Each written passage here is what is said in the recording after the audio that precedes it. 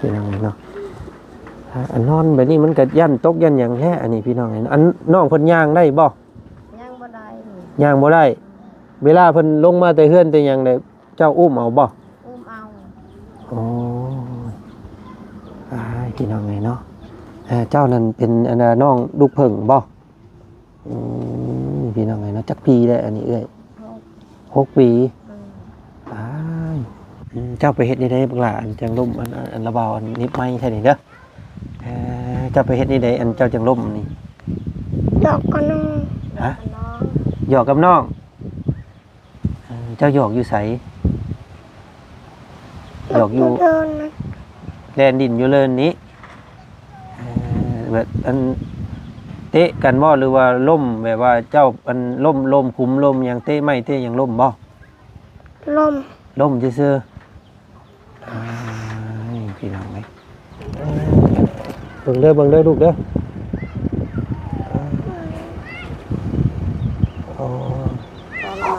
พอประมาณทำพี่น้องเนาะโอ้ค่อยไปปล่อยเอาขึ้นก้มเด้อลูกเด้อก้มเด้อ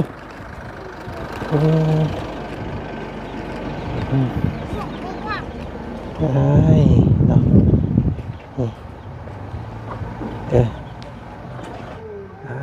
คนน้องเพิ่นกระลายช่ำพี่น้องไงเนาะ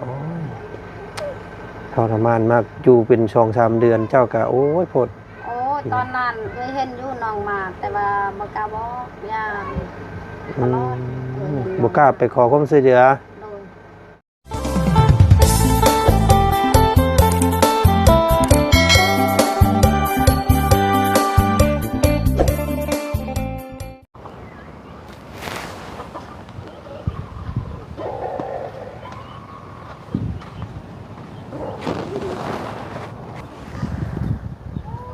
พี่น้องไงเนาะก่อนอื่นเด้อกราบทักทายสบายดีเนาะสบายดีพ่อแม่พี่น้องสบายดีหมู่เพื่อนกันเมื่อสุคนเด้อพี่น้องเด้อเนาะเปิดภาพมาพบพ่อกันกับบ่าวจันมื้อนี้พี่น้องไงเนาะทางบ่าวจันพาพี่พาน้องพาป้าพาลุงเข้ามาหมู่บ้านอะไรพี่น้องไงเนาะหรือว่าบ้าน35บ้านของน้องงามน้องทิ้งน้องหัวหยองพี่น้องเลยเนาะก็มาตามคำ FC เรียกร้องห้องหาเนาะหลายพี่น้องก็ลงคลิปใดก็คอมเมนต์มาเนาะว่ามาเยี่ยมน้องลูกเพิ่งนี่เด้อว่าสั่นพี่น้องเนาะน้องเพิ่น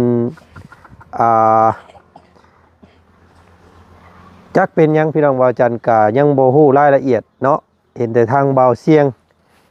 สายบุญเฮาพาลงไปทีมงานเขาพาลงไปอันกวดเบิงอยู่คลินิกลาเวียดพี่น้องเลยเนาะเพิ่นก็ได้ผลตรวจออกมาแล้วว่าซั่นเนาะว่าน้องเพิ่นนี่มันกระดูกเนาะส่วนหัวเข่ามันแตกร้าวพี่น้องเลย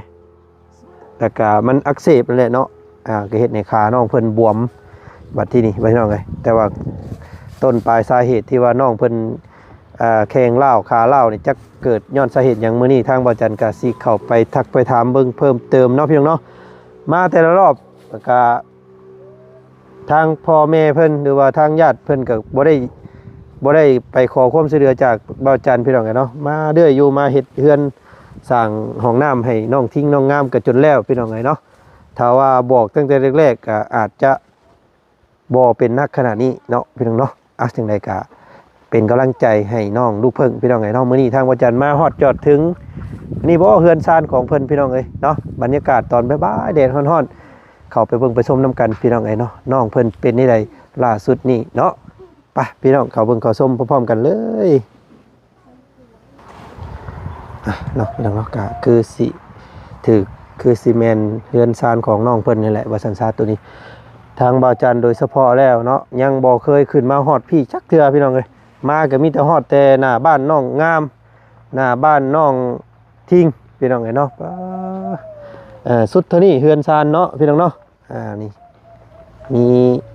ประมาณ5-6-7หลังคาพี่น้องเอ้ยโอ้นี่น้องเพิ่นนั่งอยู่ตะลุ่มตะล่างพี่น้องมันฮ้อนเนาะอยู่เทิงเนาะต่อพี่น้องเนาะทักทายสบายดีบรรยากาศตอนเที่ยง บายๆแดดร้อนๆเด้อพี่น้องเด้อเนาะโอ้ยบักคำมาอันอยู่ตารางพี่บ่นี่สบายดีเอ้ยสบายดีบักละโอ้ยอ้ายพี่น้องไงน้องเพิ่นนั่งนอนไปซี่บ่นี่เป็นนี่ใดฮะลูกเบิ่งระบามาเบิ่งก่อนพี่น้องไงเนาะมันบ่มีเตียงนั่งบ่ลูกบ่มีเตียงนั่งบ่มีเตียงส้นอยู่ตะลุมตารางเนาะมีแต่อันนี้พี่น้องไงเนาะเห็นแต่ในคลิปน้องเพิ่นพี่น้องไงอันพี่น้องเนาะเป็นนี่ใดบักล่ะเจ็บบ่มื้อนี้เจ็บบ่เจ็บคือเจ็บเนาะพี่น้องไงเนาะนี่ขออนุญาตเด้อลูกเด้ออันนี้บ่หม่งมันเจ็บนะอันนี้บ่พี่น้องไงจนบวมเนาะเป็นแต่ดนนะบ่อันนี้โอ้จะหมด3 เดือนแล้วเป็น3 เดือนแหละ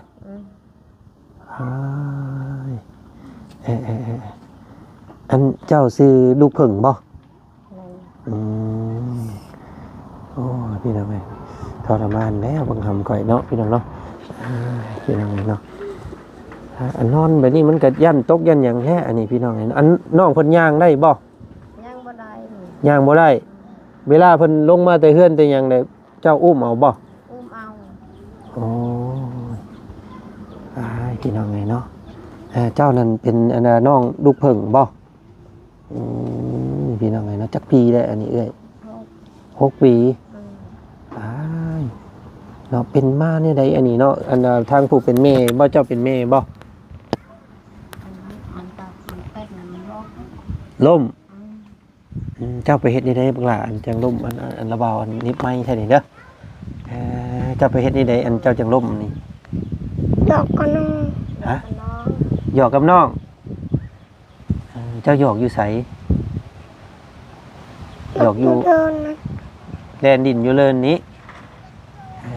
แบบอันเตะกันบ่หรือว่าล่มแบบว่าเจ้าอันล่มคุมล่มยังเตะไม่เตะยังล่มบ่ล่มซื่อพี่น้องไหมเป็น2-3 เดือนเลย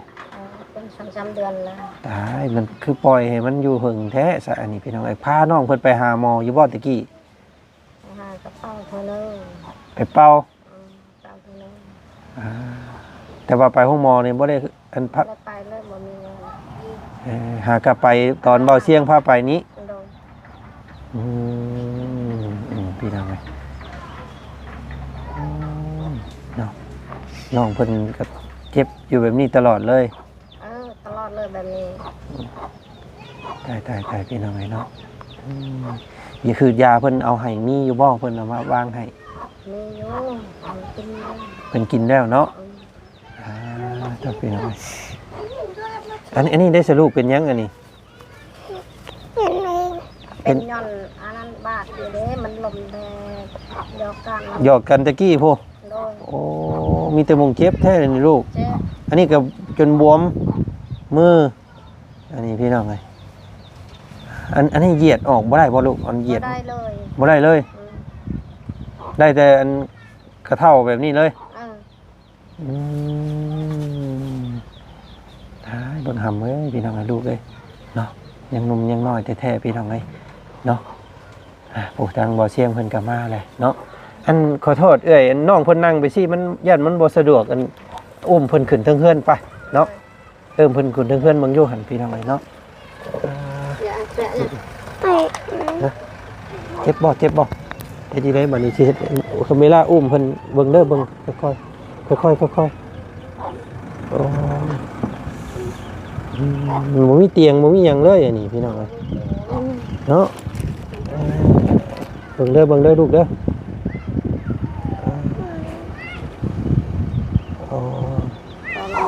ประมาณทำพี่น้องเนาะโอ้ค่อยโอ้เอาไปปล่อยเอาขึ้นก้มเด้อลูกเด้อก้มเด้อ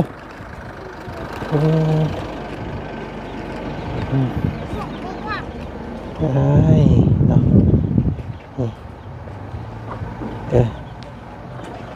ค่อยอึ๊บโอ้ ฮึบฮึบฮึบค่อยๆดูอืมอ้ายเนาะในเฮือนเรากับโบมี่อย่างเลยนี่พี่น้องไอ้เนาะกึ่งปึ้งกลางปังอยู่เป็นเอิดเติดเนาะอันนี้ลูกคนที่เท่าไหรของเจ้าอันนี้บ่ แม่น แล้วคนนี้เราเป็นกบ ลูกกกบ่ เลย และลูกเจ้ามีจักคน สาม ไปทางไหนเบิดเลยสนี่ เลยอยู่ตาราง โอ้ผู้ชายเบิดเลย พี่ชายหมดเลย ผู้นี้เป็นอันลูกกกผู้นี้เนาะผัวไปใช้แล้วซะมื้อนี้ พวกไปหากินเวทาไปพวกน้องยังบ่มาว่าไปหากินก่อน โอ้ไปหาสอนหาหยังแน่เนาะ อ้ายพี่น้องขอโทษเด้อเนาะอันนี้บ่พี่น้องไงพากันนอนอยู่หั่นบ่ โดย มุ้งกับบ่มีอันนี้พี่น้องพาห่มพาแพรอันนี้คือเฮือนของน้องลูกเพิ่งเด้อพี่น้องเด้อเนาะบ่ได้เคยขึ้นมาฮอดพี่จักเทื่ออันนี้หมองเฮ็ดอยู่เฮ็ดกินตัวนี้เนาะ เลย ไฟเพิ่นก็มีอยู่พี่น้องเอ้ยอ้ายเบิ่งหำเว้ยเนาะแขนนี่ก็ล้มตอนมือเพิ่นอันเจ็บอันบ่ ตอนมือมันเป็นนั่นเด้นี่เป็นมันล้มแล้วก็มันเป็นแบบนี้ โอ้ เลย เป็น เห็นบ่ เป็นบาด เป็นบาดแล้วก็ลงมาพี่ อันนี้เพิ่นไปเมื่อวานนี่ซุมเจ้าไปกวดนั่นเพิ่นก็กวดอยู่บ่ เลย ตัวนี้เป็นอันผลตรวจว่ามันเป็นนี่ใดแน่ตัวนี้ ตัวนี้เราว่าเป็นน้ำสัมชาติลาว หึ เป็นน้ำสัมชาติลาวนี่บ่เป็นหยัง เอาบ่เป็นหยังอันนั้นล้มบวมๆซื่อ เลย ๆเออ ตัวนี้มีปัญหา ตัวเข้านี้เนาะ เลย อืมเพิ่นไปเมื่อวานนี่เพิ่นบอกว่านี่ใด ข้าวนี่บ่ข้าวแต้ม ของเขาแตก เลย จำต้องได้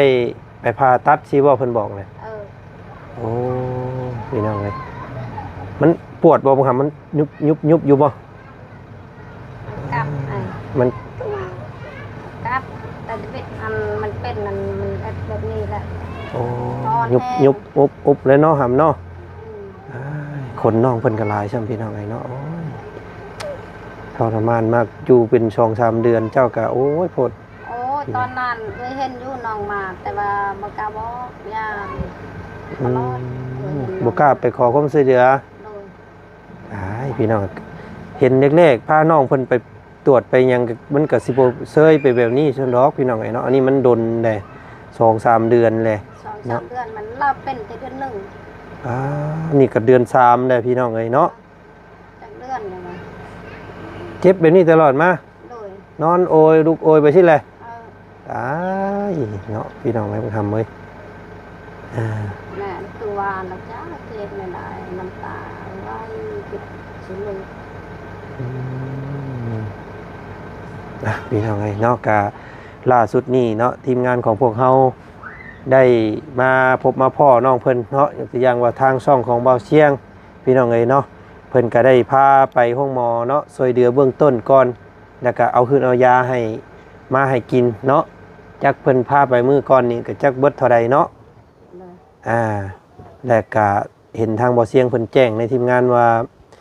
น้องเพิ่นนี่ต้องจำเป็นต้องได้ผ่าตัดว่าซั่นซะพี่น้องเอ้ยเนาะ จำต้องได้ลงสั่งอันส่งลงพุ่นแหละห้องหมอในเมืองพุ่นแหละพี่น้องห้องหมอแขวงหรือว่าห้องหมอ109เนาะแต่ว่ามันก็ต้องเว้าถึงเรื่องงบประมาณบาดนี้พี่น้องเอ้ยเนาะงบประมาณในการใช้จ่ายเนาะ เลย พี่น้องเอ้ยเนาะเพิ่นแนะนำว่าไปต้องได้พาอะไรก็ต้องได้ลามเด็กลามหยังใส่เนาะไปบ่ทำไปบ่ไปบ่ ไป ฮะเป็นที่ไหนบ่อยากไปเอ้าบ่ไปมันก็บ่เศร้าแล้วเว้าย่านบ่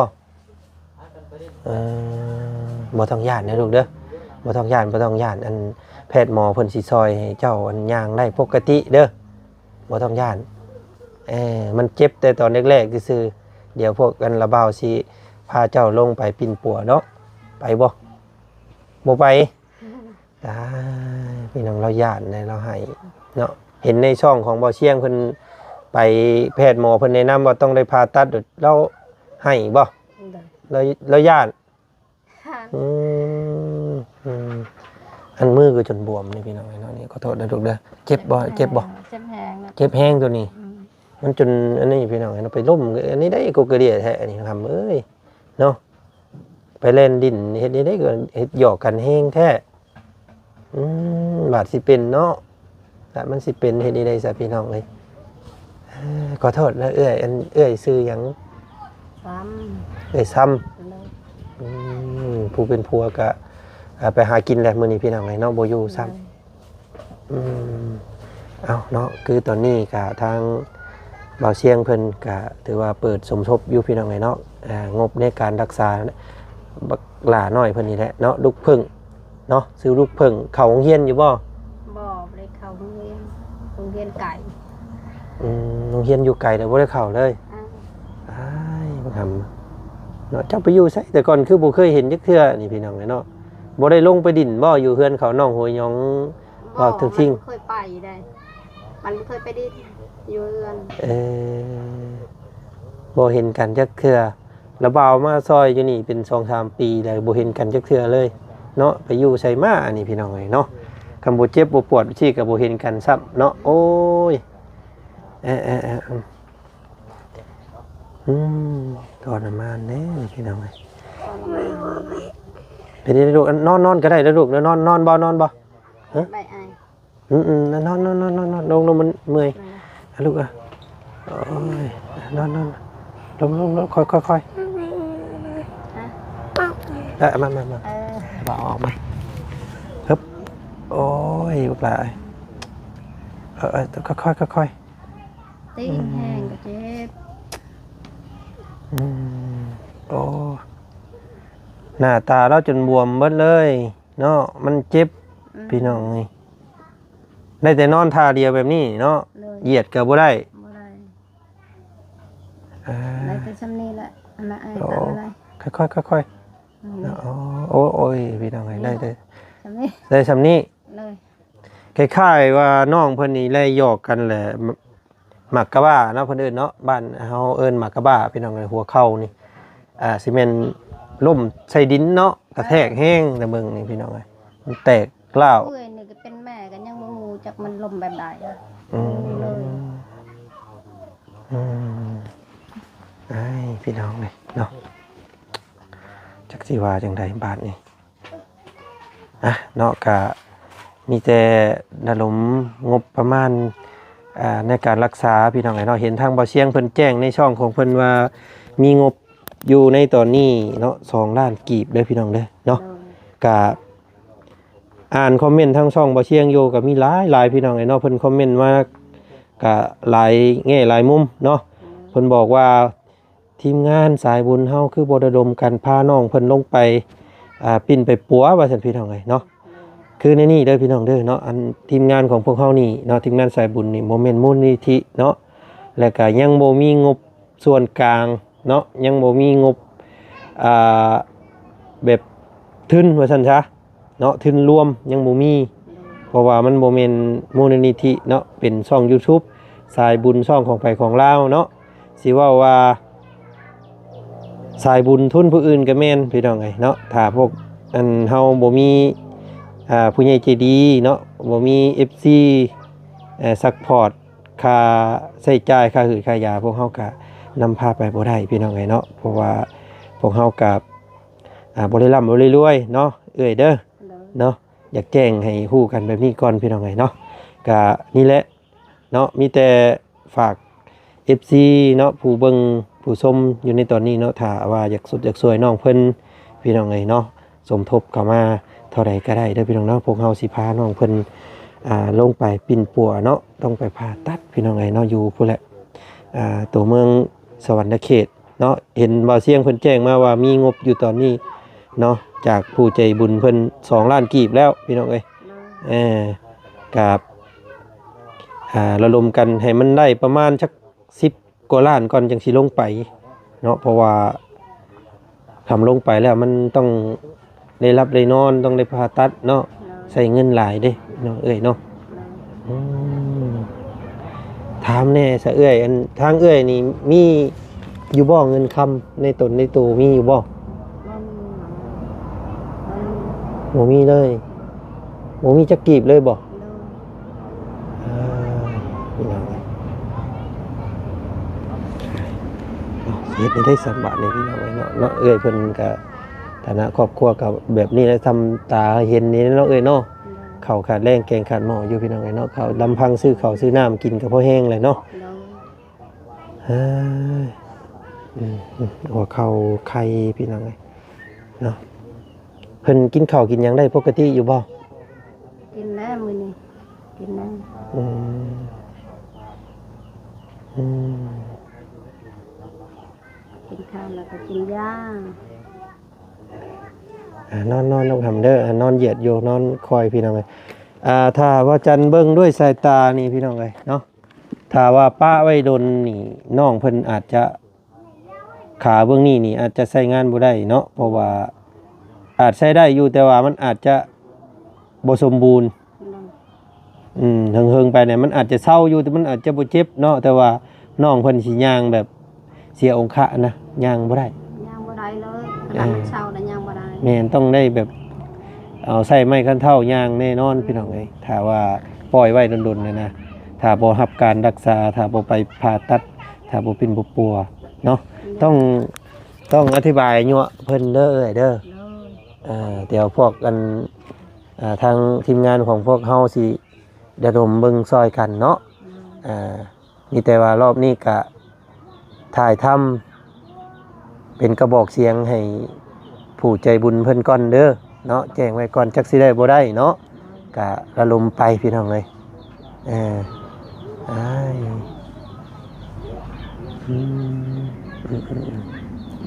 พี่น้องเท่าเดียวกระทั่งบ่จันทร์สิลงไปเอาอันเครื่องกินก่อนเนาะมาให้บักหลาน้อยเพิ่นพอได้บำรุงเงินห่างกายก่อนเพราะว่าถ้าไปผ่าตัดแล้วมันต้องได้พักพื้นอีกตนได้พี่น้องเลยเนาะถ่ายแป๊บนึงเด้อเดี๋ยวบ่จันทร์ขึ้นมาใหม่เด้อโอ้ยฮ้อนพี่น้องเอ้ยโอ้ฮ้อน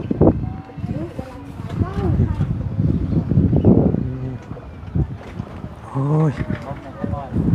อึบ สบายดีว่าเสียงสบายดีเนาะพี่น้องสบายดีเด้อเนาะไปจึงได้ทางน้องเพิ่น โอ้พี่น้องเอ้ยเนาะเราเบะเราให้พี่น้องเอ้ยทุกเจ็บ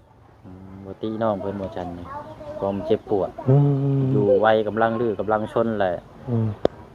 ถ้าว่าสิไปผ่าตัดผ่าหยังนี่น้องเพิ่นอยากญาติ แม่น เฮาบ่เว้าดีกว่า นี่แหละว่าเมื่อกี้นี่ว่าไปพ่อบ่กล้าบอกบ่เราว่าให้ย่านเราอ่ะ เพราะว่าเด็กน้อยเนาะมันย้านอยู่แล้วแต่ว่าเฮาถ้าว่าจังซี่คือทางผู้ใหญ่หลายคนทาง FC เพิ่นว่าอยากให้เปิดสมทบซะเราร่วมกันเพื่อหลังปีใหม่ว่าจันเด้จังได๋บ่กี่มื้อเฮาก็มื้อบ้าน แล้วบุญแล้วศีลเพิ่นแหละเนาะ โดยสงกรานต์ก็แม่นว่าถ้ารวบรวมได้เงินก็แม่นกลับมาแต่พุ่นเขาจังพาน้องเพิ่นไปเวียดมันใกล้แน่ อ๋อเวียดนี่ก็มีลาวบาวนี้ แม่น เออ เวียดนี่ก็อาจสิถึงแน่เพราะว่าเพิ่นก็ฮู้คือกันนะว่าแต่ว่ามันไวเกี่ยวกับแผ่นกระดูก อยู่นี่มันก็ใกล้แน่แล้วก็คำลงพุ่นมันไกลอีกเนาะ แม่นเฮาข้ามไปเวียดรถเฮาก็ไปได้ตามเพิ่นไปนํกันเลย แม่นๆพี่น้อง มันง่าย ต้องได้ปั๊มอันบัตรหยังไปข้างนี้ได้เนาะ ไปกับรถพยาบาลที่ว่าเมื่อวานนี้แล้วคุณหมอ อ๋อเราเพิ่นมีบ่ ให้เพิ่นนำส่งไปเลยเพราะเป็นสาขาเดียวกัน โอ้โหดีๆๆใช่แบบนั้นพี่น้อง ว่าอาจจะง่ายอยู่เฮาก็ตามนำทางนำเพิ่น มีแต่ตามก้นเพิ่นไปเนาะ เลย โอ้โอเคใช่พี่น้องเลยแต่ทางบ่จันขออนุญาตถามในเด้อเนาะอันทางบ่เสียงมีงบในการรักษาน้องเพิ่นเท่าไหร่แล้วเดี๋ยวนี้เนาะ ตอนนี้ล่าสุดได้กำลังว่าสิเข้าไปแจ้งทางน้องเพิ่นกับทางครอบครัวมีอยู่2ล้านกีบ โอ้พี่น้อง มี2ล้านกีบแล้วก็ฝากพี่ฝากน้องนำกันนั่นแหละพี่น้องเนาะถือว่าเป็นเคสหนักเลยแหละบ่เรื่องใหญ่เลยแหละสิว่ากันต้องเป็นเคสยาวนานได้ตัวนี้ต้องผ่าตัดแล้วก็ต้องบักพื้นรักษาต้องอยู่กับการพื้นผู้ของร่างกายน้องเพิ่นน้ำเนาะว่าสิในใดมันเพราะว่ามันเป็นข้อทบซ้ำพี่น้องเจ้าเห็นแล้วบ่ใบนั่นน่ะ ยังอยู่แตกกระดูกเป็นพุนเลยอยู่ในหัวเข่าตอนนี้นะ เจ้าออนไปเอ็กโกเบิ่งเมื่อวานนี่เลย เมื่อวานนี่เป็น พุ่นแล้วต้องพาอย่างเดียว ต้องพาทำความสะอาดเนาะ แม่น อืม อันนั้น โอ้โอ้ใส่พี่น้องเลยเนาะเดี๋ยวทางวัดจันทร์สิ อืม แจ้งทางเอื้อยใจดีเพิ่นท่านหนึงอยู่เพิ่นฝากขึ้นมาไว้ว่าซอยไผก็ได้อยู่เนาะ โดย เดี๋ยวทางเอื้อยเพิ่นสิซอยเคสนี้บ่หรือว่าจังใดเดี๋ยวทางอืม 56ล้านเนี่ยก็เผื่อไว้ อืม แต่ว่าถ้ามีหยังเพิ่มเติมก็เฮาก็บ่ฮู้แต่ว่าเฮาก็ขอเพิ่นนำมาแล้วเนาะ อืม ในการเป็นตัวเฮาก็ซอยคือกัน แม่นพี่น้องเลย เฮาว้าวอาจารย์นี่จับลายก็ได้แล้วก็ให้ได้ แม่ แต่ น ว่าเด็กน้อยเฮาก็เอาหั่นแหละ แม่น เฮาบ่เว้าเรื่องไปผ่าตัดไป นี่แต่ว่าพาไปเบิ่งเนาะให้แบบมือไปมือนั่นกับพี่น้องเลยเอ้ย บ้านนี่ก็ว่าสินอนอยู่ห้องหมอก็อยู่บ่ได้ อืม แต่ว่าตามรักก็นอนอยู่ซื่อๆนะเพราะว่าใส่อยู่ใส่ยาบำรุงบ่ได้ พอมันหนักสุดก็คือมีแต่หัวเข่าแตกตัวนี้ที่แพทย์เพิ่นแนะนำอยากให้ไปเร่งด่วนแต่ว่ามีงบมีหยังไปผ่าตัดมันไปทำ จ้ะพี่น้องเล เริ่ ย มนี่มาเมื่อก่อนน่ะเรื่องยับ เออ เรื่อง หาแนวมาบำรุงเพิ่นสักก้อนสันเนาะเดี๋ยวทางบ่จันเอาหาแนวอันมาให้เพิ่นกินก่อนเด้อซะเด้อ โดย มีนั่นอยู่พี่น้องเอ้ยเนาะ เบิ่งแย่งน้ำกันพี่น้อย โด เนาะ ยฝากพี่ฝากน้องเด้อสันเนาะทางบ่เสียงเพิ่นก็รายละเอียดกับเพิ่นคือสิแจ้งพี่แจ้งน้องเบิดแล้วเมื่อวานนี่เนาะการตรวจกันหยังเบิดเท่าไดวานนี่ เบิด2ล้าน2แสน4,000กิจ เราว่าบ่กล้าไปขอความช่วยเหลือจากข่อย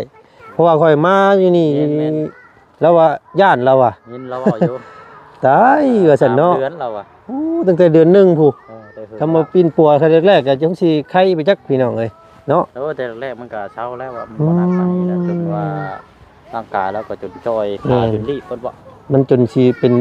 โปลิโอไปเลยแหละพี่น้องเอ้ยเนาะ เปียเป็นรอยเลยเด้ อ่า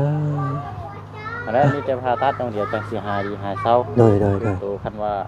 บ่ได้รับโอกาสจากพี่จากน้องก็แม่นว่าพิการ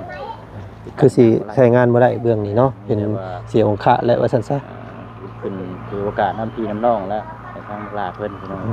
ที่สุดน้องเพิ่นกลับมาเป็นคือเก่าว่าอายุก็ยังน้อยอยู่ โดย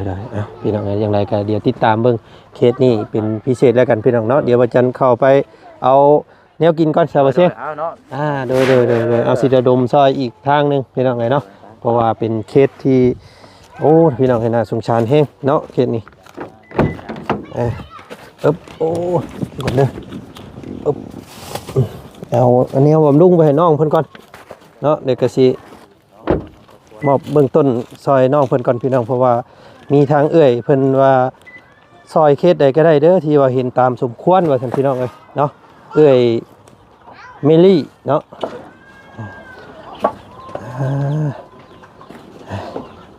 นี่ทำหาพวกหลาเด้อตะเบาเอานมกับขนมมาให้เจ้ากินเนาะนี่พี่น้องนะสู้ๆเนาะบ่ต้องย่านนะลูกเด้อบ่ต้องย่านเด้อตะเบาสิพาเบิ่งพระปัวนี่แหละพี่น้องเนาะเบิ่งตามซ้ำที่พวกตะเบาสิเบิ่งได้เนาะเฮ็ดนี่ได้ซะพี่น้องเอ้ยต้องฮ้อนซ้ำพี่น้องเอ้ยเนาะฮ้อนเนาะน้ำในเจ้ากินอยู่ไส กินน้ำมัน น้ำบาดาลหมงอันที่ว่าจันซื้อแท่งเฮ็ดนี่บ่ โดย ไปหิวเอาอยู่หั่น เอา ตัวนี่ยังไงอันนี้ใช้กระตุกไปซี่ใบเนาะ เลย อันนี้กระติบเข่าติบแขวแล้วก็กระปืนเครื่องปางอยู่พี่น้องไงสำหรับพี่น้องเนาะกาทางประจันอันนี้เป็นกระต้มขนมจากทางเอื้อยเมลี่เด้อเนาะแล้วก็อันนี้เป็นเงินของเอื้อยเพิ่นใบน้ำประจันนี่พี่น้องเนาะกับทางประจันสิเอาไว้ให้ทางผู้เป็นแม่เก็บไว้ซื้อยาเด้อ เลย ยามขับขันพวกเวลาพวกกันบาจันบ่ได้มาเนาะพอได้ซื้อยาแก้ปวดให้น้องเพิ่นเนาะเอา100,000เด้อเอาเก็บไว้ในตนในโตก่อนพี่น้องไงเนาะเดี๋ยวสิไปแจ้งทั้งเอื้อยเพิ่นก่อนเนาะบ่เอื้อยเพิ่นสิซอยเท่าใดพี่น้องไงเนาะก็มีงบอยู่1ล้านนี่แหละน้ำเอื้อยเพิ่นฝากไว้เนาะฝากแบบมันไปเจอเคสแบบเฉพาะหน้าว่าซั่นซะพี่น้องเอ้ยเนาะก็เดี๋ยวสิแจ้งเอ้ยเพิ่นไปก่อนเดี๋ยวกันเด้อเนาะนอนใส่ปากกาเด้อซะเด้อแล้วว่าเอาไปป้าก่อนเด้อเดี๋ยวมื้อหน้าเราว่าสิเข้ามาหาใหม่เด้อเนาะ จนเดืองจนนั้นน่ะพี่น้องเอ้ยเนาะ กินให้เพิ่นกินละลายนี่เด้อเอานุ่มเอานั่นให้เพิ่นบำรุงก่อนถ้าบ่บำรุงเวลาไปปิ้นไปปัวเนี่ยเพิ่นผ่าตัดยังให้เพิ่นบ่ได้เด้พี่น้องเอ้ยเนาะเอาเนาะไปป้าก่อนเด้อสันเด้อเอาขอบใจทางเอื้อยเพิ่นแน่เอื้อยเมลี่เนาะขอบใจทางเอ้ยแม่ลี่ อืม ดีมีแหงให้ร่ำให้รวย พี่น้องเอ้ยเนาะ อยากไปขอความช่วยเหลือกับโบก้าแล้วว่าพี่น้องเนาะ ปลายา โอ้ย อยู่น้องมาแต่ละมือยาน หายเก่งใจเนาะโบก้าขอความช่วยเหลือพี่น้องเอ้ยก็เห็นเธอหน้าเธอในก็ไปขอเด้อเนาะบ่ต้องรีรอทำทางพวกเฮาซอยบ่ได้ก็พวกเฮาก็สิบอกเนาะถ้าพอซอยได้เฮาก็สิซอยเนาะยังบ่ได้เฮาก็สิได้เป็นกระบอกเสียงนี่แหละในถ่ายทำให้ป้าลุงเพิ่นเบิ่งเนาะเฉพาะงบของพวกเฮาเองก็บ่สามารถนำส่งไปทางอื่นได้พี่น้องเนาะแต่ว่าก็นี่แหละเนาะเป็นกระบอกเสียงให้พี่ให้น้องเบิ่งส้มเนาะทางอื่นทางไกลผู้เพิ่นใจบุญใจเมตตาผู้เพิ่นมีแฮงทรัพย์พี่น้องเนาะก็ยินดีเด้อเนาะซอยน้องเพิ่นน้องซื้อน้องน้ำพัก น้ำเพิ่งซื้อน้องน้ำเพิ่งพี่น้องโอ้ยเนาะให้กว่าผู้หญิงเนาะซื้อน้ำเพิ่งเอาใส่พี่น้องให้น้องเพิ่นนอนพักผ่อนซะกล้าเด้อเอาเราว่าไปก่อนเด้อเนาะเอาสบายดีเอ้ยพี่น้องเนาะวินแต่ว่าเปิดสมทบทางเบาเชียงเพิ่นมีแล้วว่าซั่นพี่น้อง2 ล้านกีบเนาะก็ผู้ใดช่วงเงินช่วงนั้นพี่น้องช่วงนั้นว่าอันนั้นก่อนเนาะบิดสงกรานต์ผู้ใดจังสิว่ากันไหมเนาะอันนี้บ่พอเพิ่นน่ะโอ้สบายดีอ้ายคือบ่ค่อยเห็นจักเทื่อได้ครอบครัวนี่ได้บ่เชียงไปหาจ่างไปเจ้าหอยนะอันนี้ก็ลูกใครบ่สบายก็เลยลูกอยู่แต่หาจ้างระบายโดยทั้งข่อยเข้ามาเรื่อยอยู่คือบ่ค่อยเห็นอยู่เฮือนไปครับอย่างโตมีดินดอตอนหญ้าเลยหาเสาขึ้นคำมันน่ะซื้อเข้าแต่เส้นหนึ่งก็ซื้อเส้นหนึ่งซื้อกะโลกินนี่แหละพี่น้องเลยเนาะมาแต่หากินเราก็เนาะได้ยังมากินมื้อนี้น้อยโอ้เอาไปพอได้มาปิ้งให้ลูกกินโดยทางบ่จันก็ซื้อแต่ข้าวต้มขนมมาให้บ่ได้ซื้อแนวกินครับเนาะเอาไว้มารอบหน้ารอบในจังว่ากันเด้อไอ้เด้อเอาไปไปเก็บนั่นก่อนซะพี่น้องเนาะทางว่าเสียงเพิ่นขึ้นไปอัปเดตต่อพี่น้องเนาะเนาะกำลังมาไปอยู่หากินโอ้ยเนาะโอ้เฮือนเราก็สุดๆเด้พี่น้องเอ้ยโอ้เฮ็ดยังนั่นจับว่าเดียวรถโคบรถอันนี้ระวังดินี่เนาะเห็นเราอองลูกเราขึ้นไปกี่นี่ชมโอ้มาทบใส่เยอะหาโอ้ยบริชื่อตะปูมาให้นะพวกวันนี้ตายพี่น้องรุดเลยเนาะอันนี้เป็น1ครอบครัวเลยพี่น้อง1 2 3 4 5 7หลังคาเนาะ7หลังคาเฮือนในบ้าน3หาหรือว่าบ้านอะไรเนาะก็อันนี้เป็นครอบครัวนึงที่ว่าเป็นครอบครัวที่โชคร้ายเนาะลูกชายหยอกกันได้เนี่ยล่มพี่น้องเนาะหัวเข่าหรือว่ามักกะบ้าว่าบ้านเฮาเอิ้นเนาะแตกต้องได้ผ่าตัดทำความสะอาดภายในสั้นๆแต่แม่นน้องเพิ่นอาจจะเป็นอัมพฤกษ์อัมพาตไปซั่นพี่น้องเนาะจังได๋ก็ขอเนาะกำลังทรัพย์จากทาง FC ผู้ใจบุญเด้อพี่น้องเด้อเนาะซอยเดือครอบครัวนี้แน่พี่น้องจังได๋ก็เนาะซอยให้เล็กน้อยในมื้อนี้เนาะคือผู้ใหญ่ในมื้อหน้าพี่น้องเนาะอาจน้องเพิ่นสุดโทรมแห้งจิตใจเนาะเจ็บมา3 เดือนแล้วว่าซั่นทนได้จังได๋พี่น้องเนาะโอ้ยด้วยความบ่มีนี่เราก็ได้เนาะ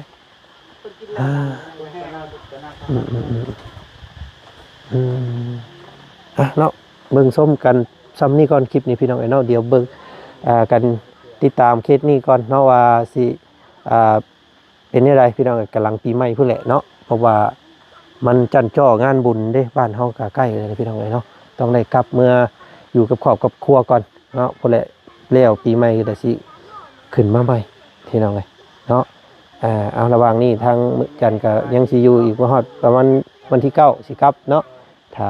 จังไดมีหยังก็เดี๋ยวสิเข้ามาหาน้องเพิ่นใหม่อีกแล้วกันพี่น้องเนาะคลิปนี้ขอขอบพระคุณเบัดทุกคนที่ว่าติดตามเบิ่งชมเนาะบ่ซอยเป็นจำนวนทรัพย์บ่ซอยเป็นกำลังทรัพย์ก็ซอยกดไลค์กดแชร์เบิ่งกำลังใจให้เด้อพี่น้องเด้อเนาะทำกับซอยน้องเพิ่นคือกันทางพวกเฮาสิเข้ามาใหม่เนาะเอาถ่ายคลิปก็ขอขอบพระคุณหลายๆสำหรับเกียรติติดตามเบิ่งชมเนาะกดไลค์กดแชร์ขอบพระคุณเด้อเนาะอยู่ดีมีแฮงพี่น้องคลิปนี้ไปแล้วสบายดี